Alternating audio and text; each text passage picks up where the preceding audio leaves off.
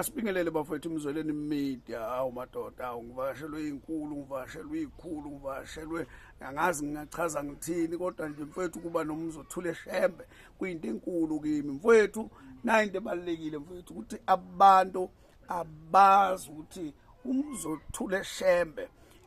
noNethezeka udilwa nani lapha. Kahle kahle sidila ngezinto ekhona emhlabeni. Khona izinto esuke iziphatha abantu kabi nokuhlukumezeka noma izinto eziqozayo kwesinye isikhathi othola ukuthi uyayibona ziyaqhubeka kwabanye, uthola ukuthi wena ziyaqhozela. Mase kuba khona inkinga ke abantu abahlangabezana nazo. Inkinga ke ziqala la ekuthenini ukuthi kukhona inkinga eyokuqala ebasemndenini, uthola ukuthi awamukelekile kodwa ungwala ekhaya. Inkinga ekhona kuyo yonke imizi. Omunye akamukeleki mhlawumbe ngenxa ukuthi engasibeki isinkwa etafuleni, ezefise ekutheni ukuthi ngabe mhlawumbe akasekho emhlabeni kodwa elapheke uma efika kwiNethezeka TV ngeinkinga asuke ebhekene nazo. Ezinye inkinga zidalwa mhlawumbe la khona esamukela khona izinto eyithile, mhlawumbe omunye engene enkolweni, utho ukuthi ungena enkolweni kanti uzocwaseka enkolweni ngokuhamba ngesikhathi noma kube khona izimo abhekene nazo enkolweni ngoba kukhona izinto uthola ukuthi umuntu uyafihla ngenxa ukuthi uvikela ibandla kanti unenkinga seke wahlangabezana nayo khona ebandleni ngoba inkinga yokuqala nje ungathola ukuthi uyintombazane ukhulele ngaphansi kwebandla uke wayithola usesimini mhlawumbe sokunukubezeka khona ebandleni. Lezo inkinga abantu bayikhuleka mase beyikhuluma, uthola ukuthi umuntu ila khona ngenxa ukuthi eyikhulumile, hayi ukuthi uyikhulumela yena mhlawumbe ukhulumela nabanye abafisayo ukuphumela obala kulezo zima ababhekene nazo. Mase kuba khona inkinga umuntu ukuthi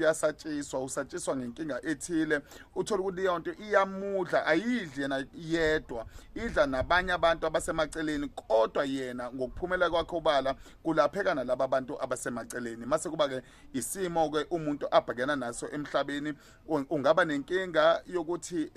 ekhaya kukhona izinto engagcinwa kodwa uyazi wena ekutheni ukuthi lento ezokusiza ilento okuthiwa ayigcinwa la ekhaya. Omunye eyenze ngasese esizakale khona ngasese kodwa kunzima ukutshela ikhaya noma abantu basekhaya ukuthi lento ethile sengize ngayenza ngasese. Kakhulukazi izinto zesintu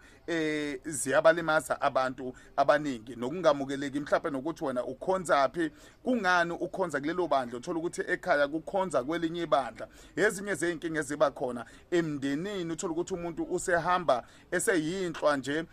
sengathi akana family. Khona abantu la ngoba siphila othola ukuthi akazubone umuntu efika wefamily usekuneminyaka afika lapha endaweni kodwa uyathi ukuthi umndeni wami usendaweni ethile. Leyo nkinga asiyazi thina ukuthi iyaqa lapho, ngisho kuthiwa usiyafihlwa noma kuvekile isici esithile ekhaya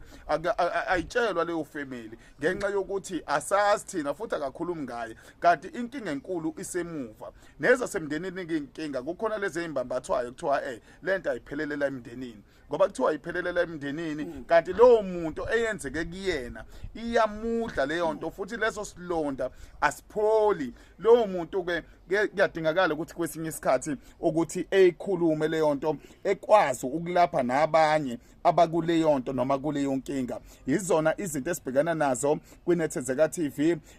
Abanye ke abantu uthola ukuthi unomntwana, lo mntwana uyafunda esikoleni gwiqi makulungisa izinto ezithile mhlawumbe kubhalisa izinto ezithile zomntwana kutholakala ukuthi umntwana washona, ungcwatshiwe, uneminyaka emibili eshone. Khona umama esibhizi naye njengakulezi insuku onaleyo nkinga ukuthi umntwana wakhe una 9 years, kuvela ukuthi ushone ena 7 years. Une-death certificate nomntwana, akwazi ukuthi ubani omngcwabile kanjani. Kufanele kudilwe ne-Home Affairs ukuthi kwenziwa njani uma umuntu efikile e-Home Affairs, ubani lo suke embhalisa lapha e-Home Affairs ekuthenini ukuthi umntwana udlulile emhlabeni, ukleme kuphi lezo imali ezomshwalense ngoba kukhona abantu abahambayo lemhlabeni abangazi ukuthi bakumshwalense ethizeni ababhaliswe ngabantu abathile abazombulala ephile hayi ukuthi bazombulala yena ukuze beclaim kuzohanjwa kuye home affairs kuthiwa ushonile lento iqala emakhazeni ukuthi ubani osayinile kuze kuyofika laphana eHome Affairs imuphi udokotela so inkinga ziningi zabantu ukuphumela obala uzophaphamisa nabasebenzi bakahulumeni nabasebenzi abasebenza eminyangweni ethile nabantu abenza lezo zinto ukuthi abantu abaqaphele futhi bayibheke ukuthi bona basaphila yini abanye basaphila ngoba kukhona abantu abashadile bengazi kumanje mase kufikile ngalomshado tho wena washada nendoda ethile kanti kuthathwe umuntu othile wahlanganiswa nomuntu othile omunye usuke efuna ubuzwe kuleyo ndawo ukuze kuthathwe umuntu othile walapho ekwazi ukuhlanganiswa naye mase kuthiwa bashadile laba bantu ekubeni leyo nto ingekho so njengenethezeka TV sidila kakhulukazi nezinto ezithinta umphakathi mase kuba abantu abangama-client ke abafuna ukumaketha imisebenzi yabo baxoxa nathi ukuze sikwazi ukuthi sikhulume nabo sivumelane la sivumelana khona bekwazi ukuthi besabalilise imisebenzi yabo kuningi kakhulu ngakubala kushona ilanga Ngiyathemba umbukelwe izwela njengamanje mhlawumbe masingabala lapha ukuthi uyinethezeka TV uyithola kuphi nakuphi kuma social media sikhona ku YouTube kubhaliwe Nethezeka TV ku Facebook Nethezeka TV ungene lapha ku TikTok Nethezeka TV email ithi kwahlala unethezeke@gmail.com ila usithola khona iNethezeka TV sikhona na kanjani abantu basibhalela sifike kubona qathatha sikwazi ukukhuluma nabo uma thina sondela wena hlangana endaweni ethile sikwazi ukuthi udaba silibone siyakwazi ukuthi lolo daba sidile nalo na kanjani Siyabonga bafowethu nihlale kanjalo ke uyazazo nenkinga ufisa ukukhuluma ikhona Nethezeka TV